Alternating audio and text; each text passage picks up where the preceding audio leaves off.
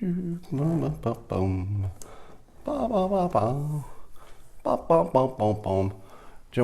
you are always so quick on the button.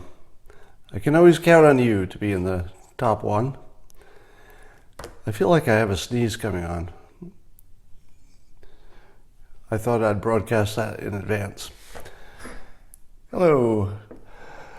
Oh my God. I'm sure you enjoyed that. You know, you come here for the quality entertainment. The sneezing, the ideas, the coffee. And you know what it's time for now? Yes, you do. You do know. You know it's time for the simultaneous sip. Raise your stein, your glass, your mug, your cup, your glass, your container. Fill it with your favorite beverage. I like coffee. And join me for the simultaneous sip.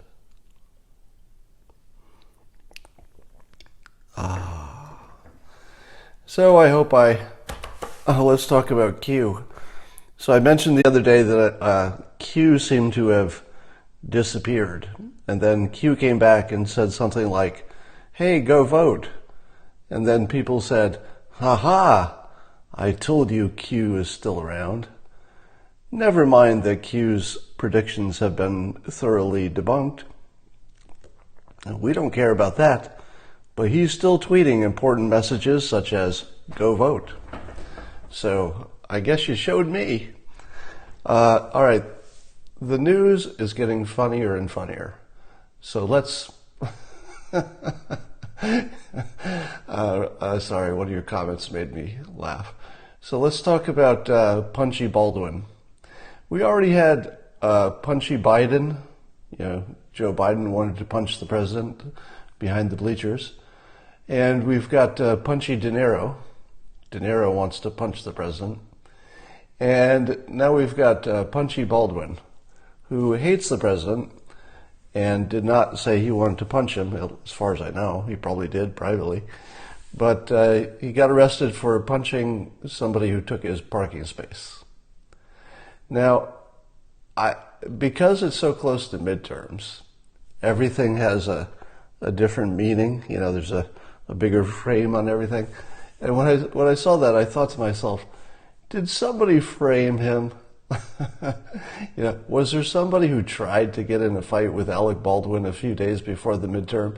Because if there were no like dark operatives on the Republican side who thought of that, I'm disappointed, because as a dirty trick, it would have been tremendous.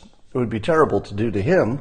I'm not recommending it, but I'm saying that if it had been a dirty trick and somebody just sort of, you know, goaded Alec Baldwin into punching him, that would be one of the most diabolical. I'm not approving it.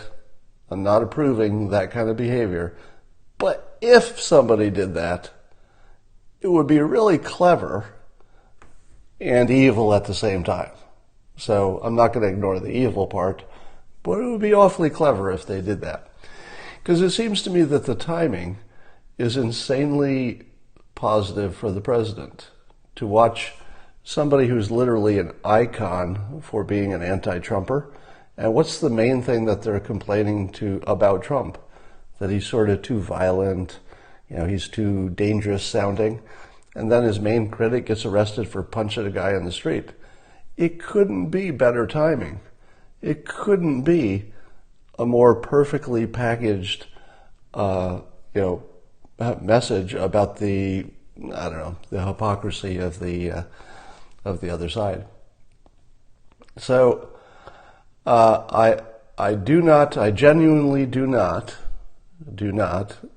enjoy that anything bad happened to anybody. I don't like to see anybody get punched. I don't like to see anybody go to jail, or get arrested.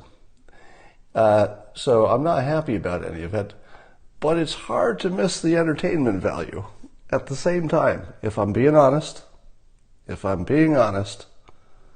there's a high entertainment factor, even though we don't wish anybody bad.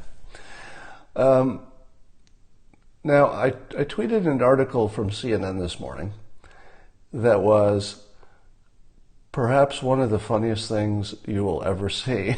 And I don't know if it's just because the midterms are close. Again, everything's taking on a new meaning lately. But the article was written by a woman who has a book out, something about sexual politics. But she recommended, and I'm not making this up.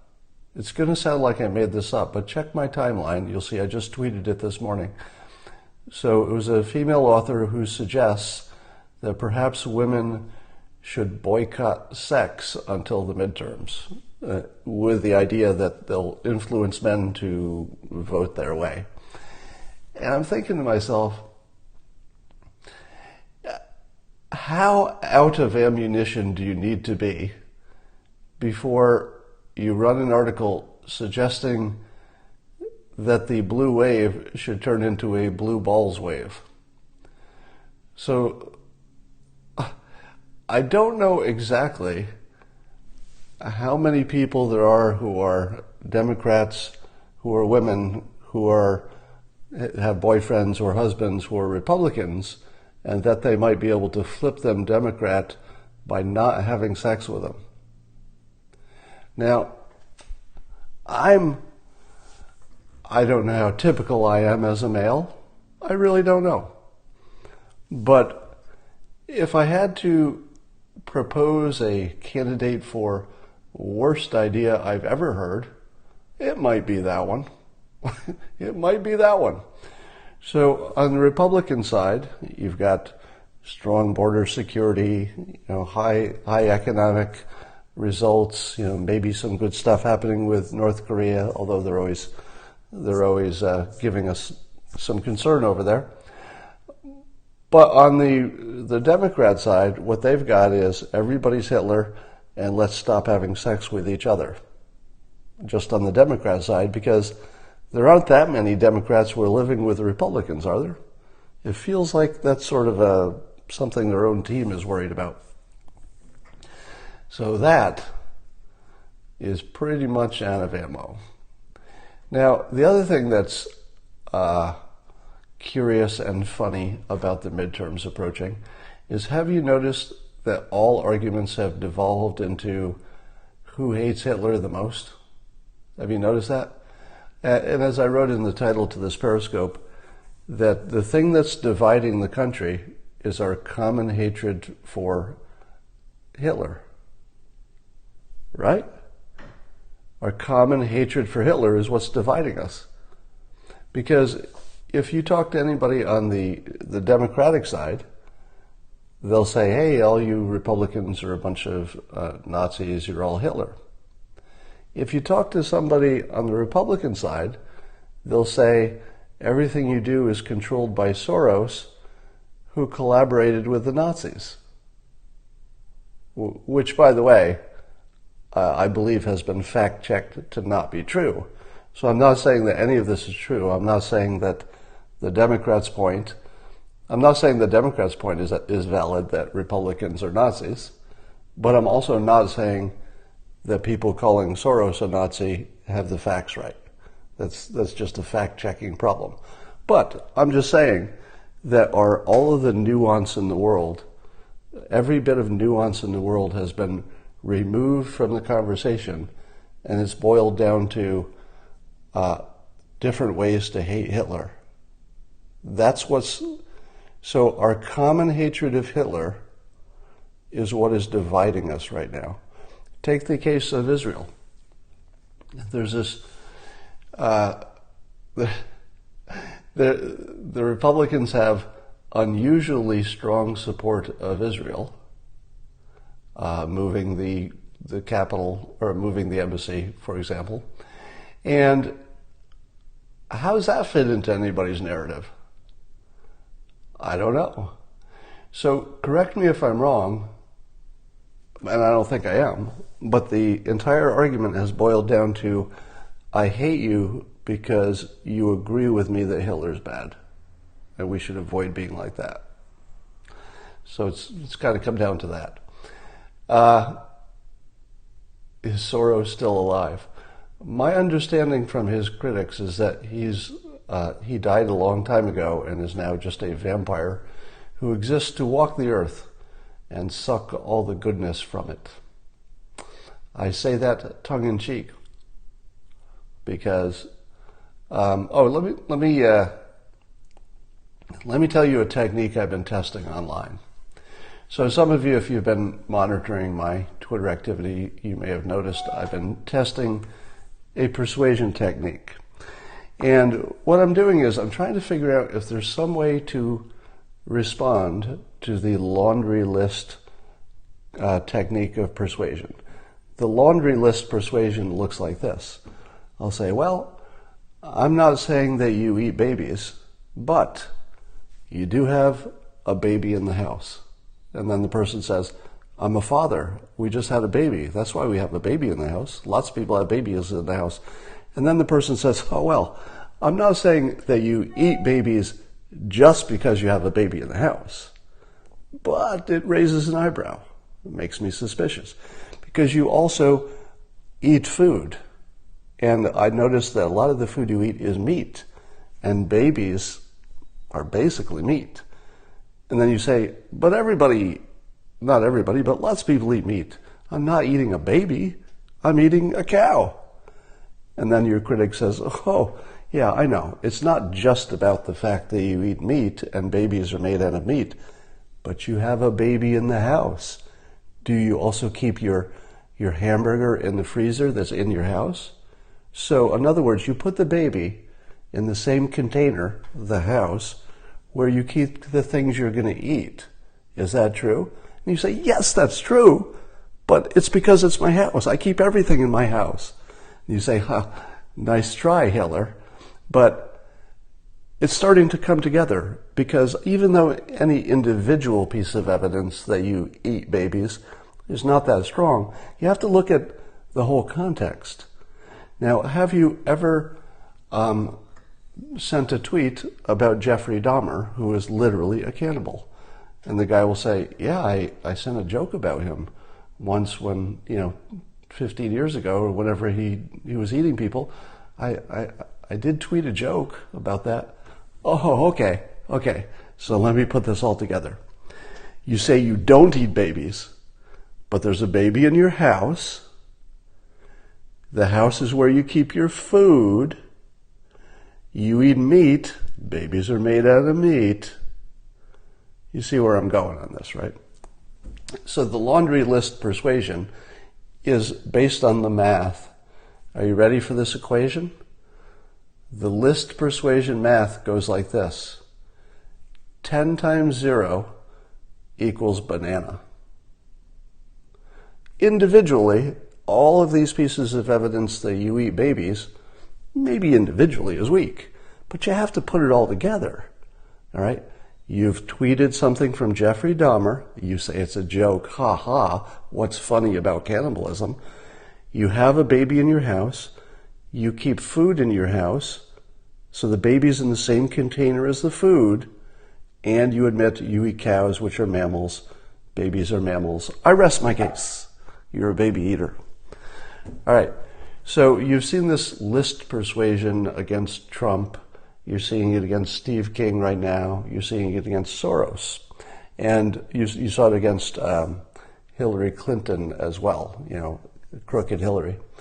So all of this persuasion has the same quality to it, which is if you look at any one thing, it's kind of a zero. It only has meaning because of the other context. It wouldn't mean anything otherwise. But the other context is zeros too.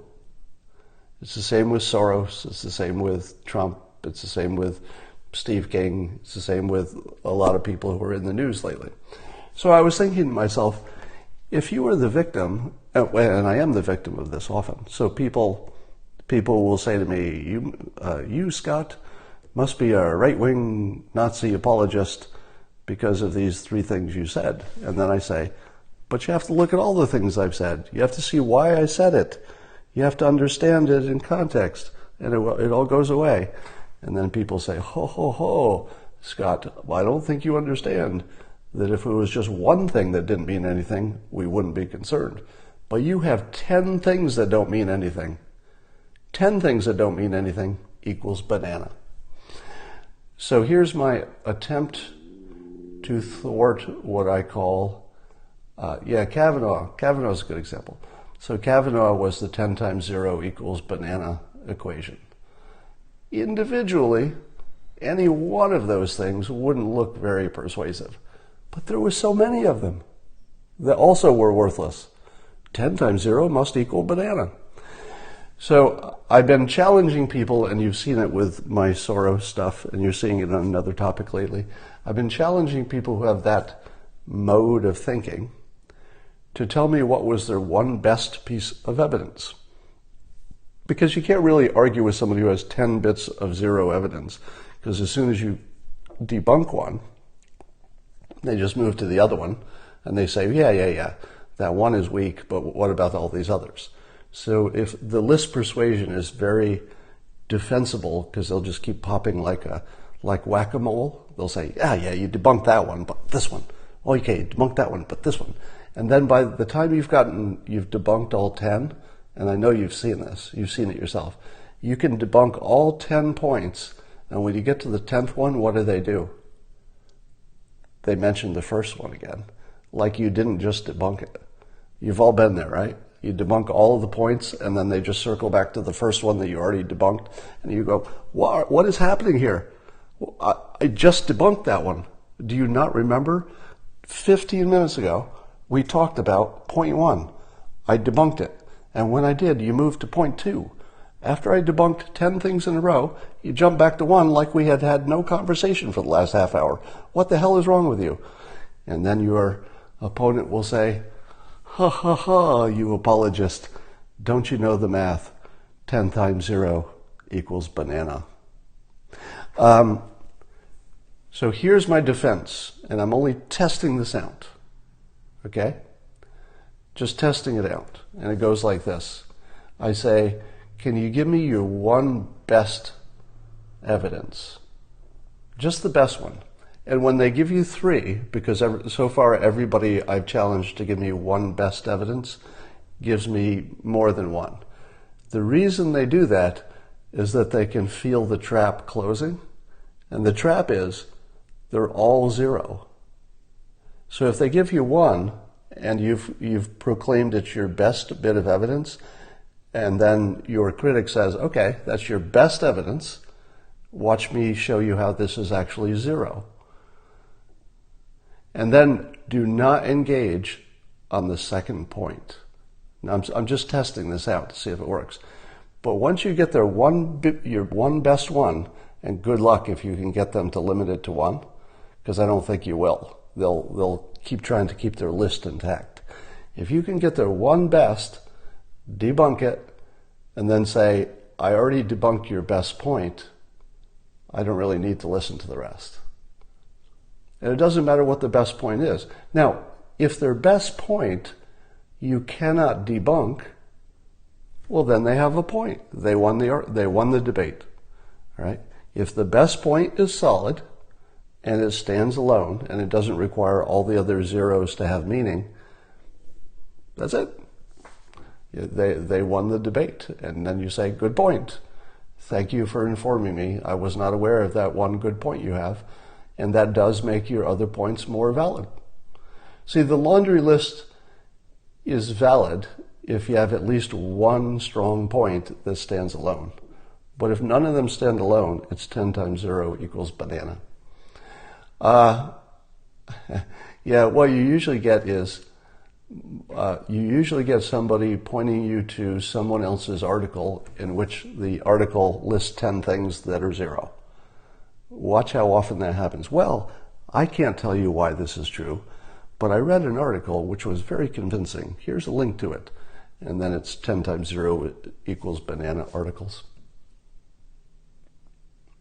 The best argument I've seen about Soros, because I've challenged people with the following, what would I say? It's not quite a rule. It's good. It's a good rule of thumb, but it's not a 100% rule. I've said this: if you can't describe in a succinct way what the problem is, you don't understand it. In other words, you don't actually have an opinion if you can't succinctly describe it. Something that cannot be succinctly described is probably just your imagination. So I've been challenging people to succinctly tell me what is the problem with Soros. And one person actually, in my opinion, succeeded. Now, just because I say the reason is succinct, that doesn't mean you don't need, supporting information. And that's fair, right? You can say, here's the summary. Does the summary make sense? Is it simple? Can I understand it? If the answer is yes, then it's perfectly fine to get into the detail and find out if you have supporting information. And here was the summary that somebody gave me on Twitter about Soros, that for the first time, I said, oh, that actually is a valid summary, even if it isn't supported by the information, which it would be the next thing you look into. And here's the summary. Somebody said that Soros money is like fertilizer for groups that promote identity politics. It's pretty good, isn't it? Now remember, I've been saying that I'm not telling you I like Soros. I've never said I'm defending Soros because I think he's a great person and I love his politics or anything like that. I've never said that. I just said, why can't anybody succinctly tell me the problem?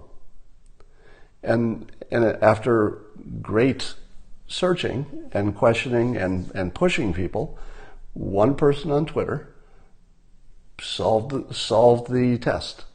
And I'm going to say, and by the way, I was skeptical that anybody could do that. And again, I'm not saying I agree with the characterization. I'm saying it is a simple, checkable, rational statement of a problem that you can look into the details now and see if it's supported. And the details I know absolutely do support it, but I haven't looked at all the details, so it's a preliminary opinion at this point. So again, if your problem with Soros is that his funding is like fertilizer for groups that support identity politics, and you think identity politics is destructive, that is a completely coherent point of view. It may be right or it might be wrong. The facts may support it or not. Don't know yet. I don't know if all the facts support it or just the ones I know about. But it's coherent. Here's the one that's not coherent. He was a Nazi when he was 14. Even if he was, he's not 14 now. What's he doing today? How much do I care what a 14-year-old did? I don't judge anybody by what they did when they were 14, even if they were Nazis, which he wasn't, by the way. The fact checkers have debunked that. So here's the other one that is irrational about Soros, that he wants open borders. Now, it's irrational because open borders means different things to different people. It's one of those things you hear and you just interpret it your own little way. I'm pretty sure he does not want no borders, as in just take the borders down. I don't believe there's any evidence of that. I do believe he's pro-immigrant, even if it's not good for the country that's receiving. That's true, right? And I believe he said that directly, that if it was a balance between what's good for these immigrants who are in a bad situation, if you have to choose between what's good for this group and what's good for the country they're entering, Soros would prefer that the country they're entering take a little pain for the good of the immigrants. Now, you could certainly disagree with that, but I think that's an accurate statement of his position. If you try to characterize that as open borders, I think you've just lost all credibility, because he's not talking about getting rid of borders, as far as I can tell. Now, if I'm wrong about that, somebody will tell me. So I wouldn't accuse him of open borders that's trying to win with a word that you've defined your own way and doesn't pass the fact-checking. I wouldn't try to beat him on he's too much of a Nazi because he was 14 and the fact-checkers say He wasn't a Nazi. And I wouldn't try to be, what's the other thing people say about him? Oh, that he's trying to destroy countries. They also say that he made a lot of money with currency speculation that was very bad for the countries that were the subject of his speculation, and therefore the things he funds are bad too. And that doesn't make sense. It seems like he could be totally bad in one field, and that doesn't inform you what he's doing in the other field. The example I like to use is Bill Gates. Those of you who are young do not remember that young Bill Gates, when Microsoft was new and was considered an evil monopoly. So Bill Gates was considered basically the devil because he did things that people thought were anti-competitive, anti-capitalist. But what is Bill Gates today? In 2018, is Bill Gates the devil who's destroying companies and competing unfairly? Or is he the guy who runs the Gates Foundation, one of the most positive things the world has ever seen? He's Bill Gates 2018. That's who he is. He's not Bill Gates 19 years old. You don't judge him by his 19-year-old self. All right. Bill Gates never collaborated with Nazis, as is also true of George Soros. Thank you very much. All right, that Yoko comment was funny, but I'm not going to repeat it.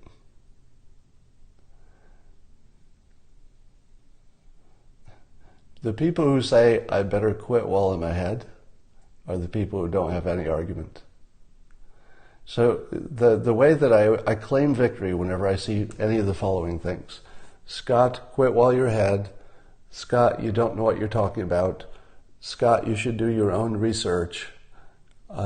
Scott, here's this link to somebody else who can explain what I can't explain. Scott, you're an apologist. Any one of those words, I declare victory. Because those are the things you say when you don't have any reasons. If you had reasons, people have reasons, start with the reasons. Because the best way to win an argument is with a reason, right? So nobody starts with an insult if they have a reason. First you want to win, and then you want to insult. You don't insult first and say, oh, I'll leave out the reasons. I don't need that. All right.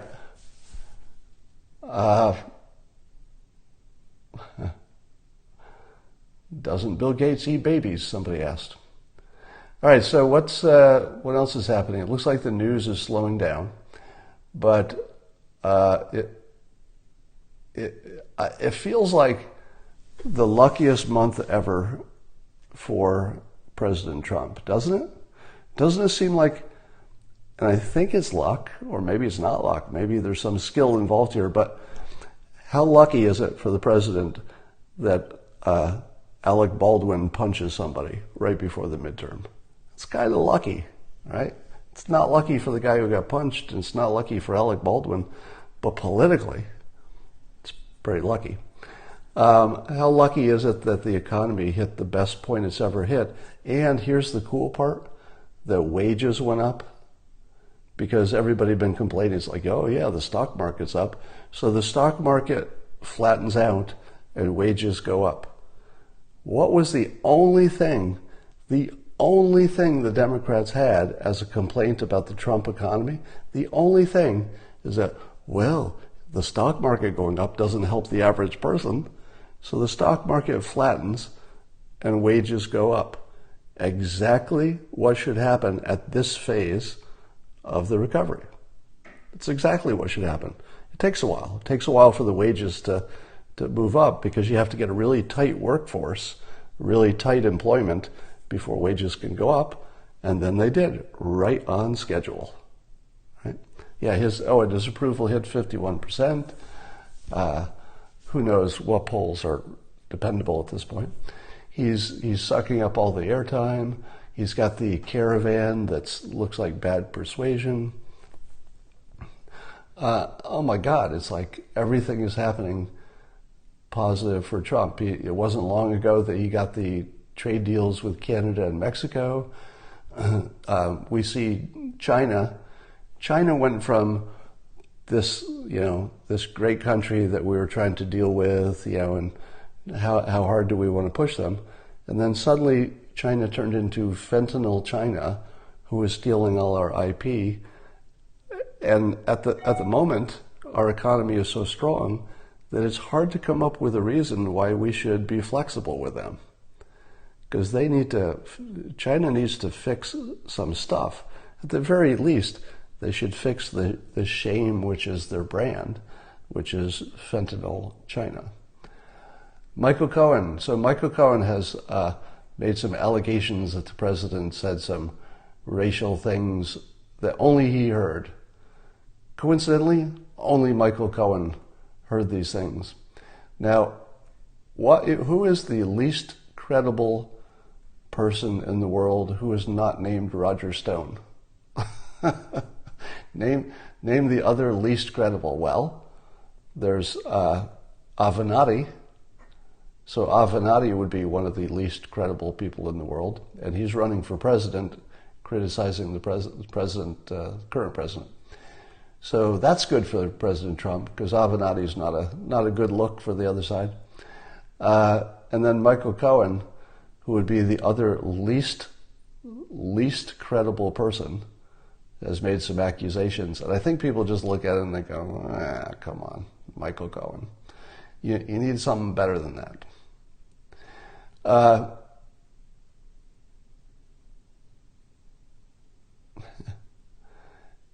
right.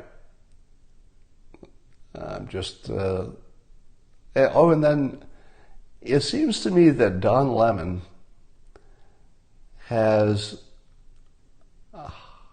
what's the best way to say this? I'm tempted to diagnose him as having a mental problem, but I'm also conscious that people like me should not be doing stuff like that. So I'll put it in layperson's terms, and I'll stay away from the medical, which I have no capability to diagnose. I'll just tell how I'm receiving it. When I watched Don Lemon talk lately, it feels like he went from a well-meaning critic of the president to having actually something closer to a mental problem. And again, I'll be as careful as I can about saying this. I'm not making a mental diagnosis. I'm not making a health diagnosis. I'm not qualified for that, and people should not do that. What I'm saying is, as a layperson, as a person who watches TV, that people register on you in a certain way. So I'm not giving you any kind of medical diagnosis. I'm saying that the way he registers with me lately, which he did not register even a month ago he looked like a mainstream critic of the president who had largely the same complaints as everybody else. But at the moment, he looks like he's lost it. Just the way I'm receiving it. Again, it's not a medical diagnosis. I'm not qualified to do that. I won't pretend that I am. All right.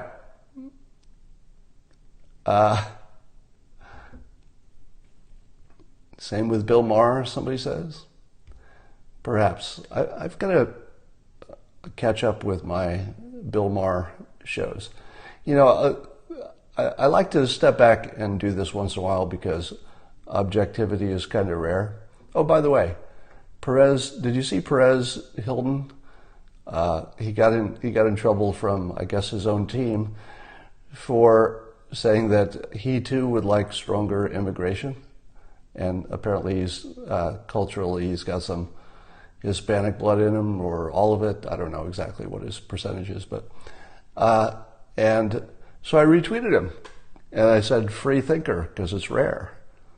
So I'm happy to promote, the part of him that I agree with without needing to endorse every part that I might disagree with, and I don't even know what that is.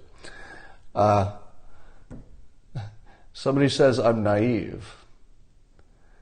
Can you give me an example of that? Because you're leaving out the reasons. So when you call me naive, you may have missed the part where I declare victory when people do that. Because if you had a reason, you'd probably give it to me. I made the mistake of watching MSNBC the other day. Now, I've told you before that my technique for watching both sides of the news is that I have the two channels, CNN and Fox News, that are sort of the polar opposites in terms of how they approach the news. And if you're only watching one, you're getting a very distorted opinion. But if you watch both of them, you'll get two distorted opinions, but at least it'll be more comprehensive. At least it's closer to completeness. And so my technique is that whenever one of those two networks runs a pharmaceutical commercial, which is all the time, I switch to the other one. So that's my automatic process. As soon as any kind of disease or malady is mentioned on a commercial on one of the networks, I switch to the other one. Partly because you should not subject yourself to listening about medical problems you don't have. You should not listen to medical problems that you don't have in the form of a commercial. It does affect you. It does make you less healthy. So let me say this as clearly as possible. Listening to pharmaceutical commercials should, given everything we know about how humans are wired, make you less healthy. Now, the exception would be if it happened to be exactly your condition and they were suggesting exactly the right solution and you hadn't heard of it before. It's kind of a rare situation. But if you're listening to one complaint after another, if you listen to either of the network news, within 5 minutes you're going to hear, and then my arm fell off and my kidneys shrunk and my skin was peeling and I had rashes. My gallbladder was inflamed, my gout acted up, but I could take this pill and it would all be better. And if you subject yourself to all of that imagery, all of that negativity, all that talk about disease, your body will respond with whatever you're focusing on. In other words, you can actually talk yourself into sickness simply by subjecting yourself to the pharmaceutical commercials. I want to emphasize that I am not kidding one bit. Listening to the pharmaceutical commercials, I'm going to say it as clearly as I can, is bad for your health. Don't do it. Change the channel, walk away, mute it. Do not listen to a pharmaceutical commercial. It's literally bad for your health.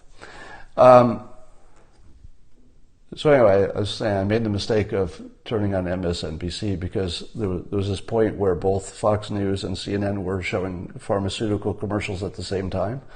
So I'm like, damn it. Usually they don't line up that neatly, so I can switch from one to the other. But I was like, all right, I've got to go to choice 3. So I hit MSNBC. Here is me turning on MSNBC and watching it for 10 seconds.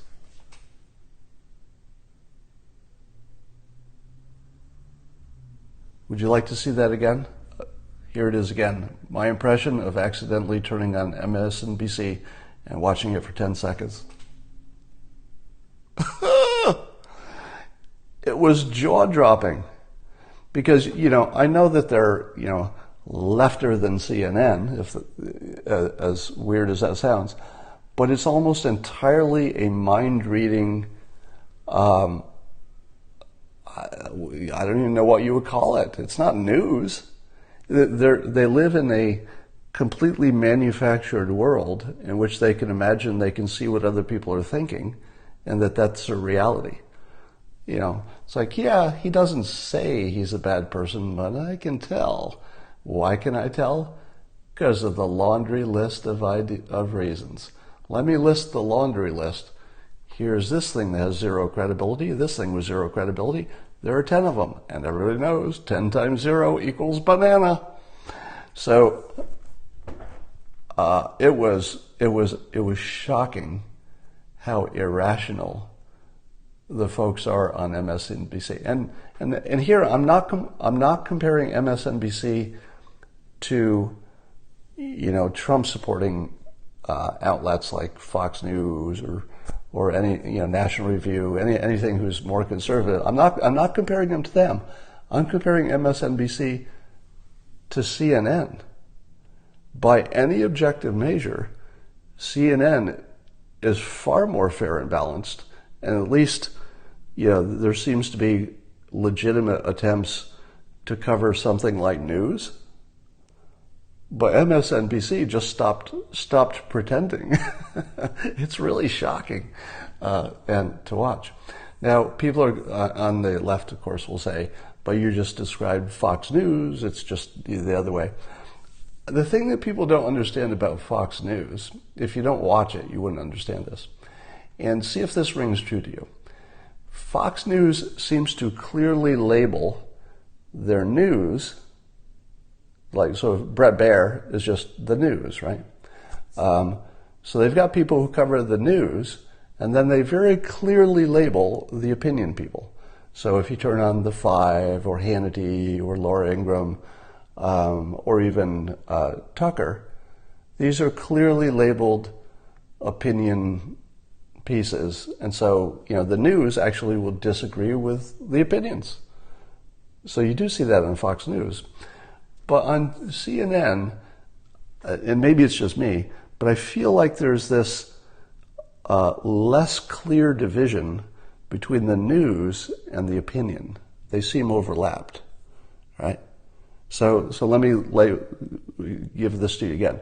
Fox News clearly labels, this is just my opinion, right? Seems to clearly label what is news, and they play that pretty straight, with what is opinion, which of course is just opinion. Whereas CNN has both opinion and news, but they feel a little bit more overlapped. They're a little less clearly labeled, if you will. Just the way I receive them, that, I'm just giving a personal opinion. But MSNBC doesn't seem to have anything like news. Or maybe I've missed it. But it feels like it's complete opinion that they're trying to sell as news. Now, which one gets the best ratings? Well, MSNBC apparently has greater ratings than CNN, so that should tell you something. Yeah, and Shepard Smith is another example of someone who's clearly labeled as the news, and his opinion doesn't match, Hannity's or what else you'd see there. All right, I'm going to stop here while I'm behind. I'll stop while I'm behind, and I'll talk to you later.